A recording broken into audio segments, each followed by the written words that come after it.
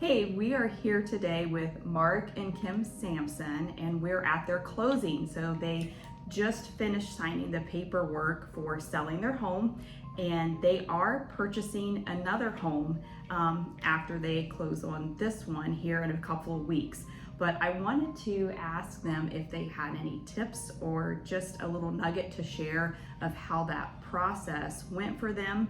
And that way, if you are in the process that you need to sell your home first before you can buy, this might be a little chance for Mark and Kim to give some advice on that.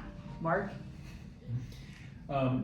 Obviously, everybody's experience is going to be a little bit different, and it's going to be more specific to their needs and wants. But I know in our case, we actually started from the buying side first.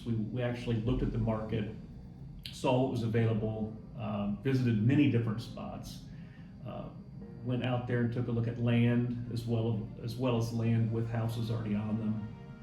But we kind of wanted to define what our landing spot would be and see what was available, and make sure that we were going to be happy with where we ended up before we started getting into the selling part of it. And once we saw what was out there, and we saw that there was something, there was actually plenty of options that were available that we were happy with, and we were pretty confident we would actually find something too.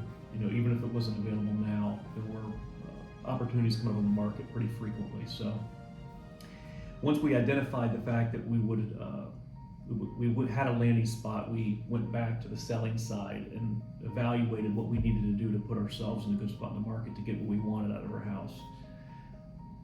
I think that's great. I think that does show you looking at what the inventory was like to see what your purchasing would be before you even decided to list. So I think that's awesome. I think you guys did really well with using that as your stepping stone to start with, and moving forward. Now we close today, but then we're gonna be closing on the house that you're purchasing next. So I think everything went pretty smooth with that phase of it. Mm-hmm. And yeah, any tips on that of the house now that you're waiting to close on that you'll be buying?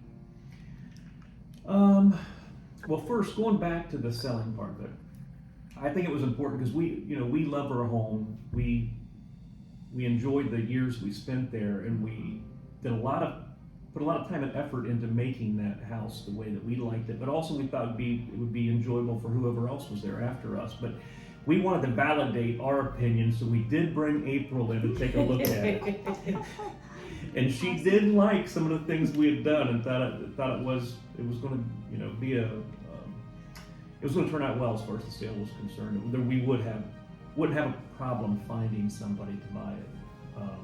So I would recommend having a third set of eyes come in and look at the property and give you any advice or tips on the condition it's in and what's going to make it most profitable when you put it on the market. Mm-hmm. Yeah, that's also a good point too of getting that to answer some of your questions. If where is your best return on investment for is it wise to spend money to paint a room, or is it wise to spend money to put a handrail where a lender may want a handrail? So those all are important aspects too of getting it ready to get it listed. So, but yeah, I'm super excited for you guys, and your journey is just starting with getting into your next property for your family. Congratulations. Thank you. Thank you.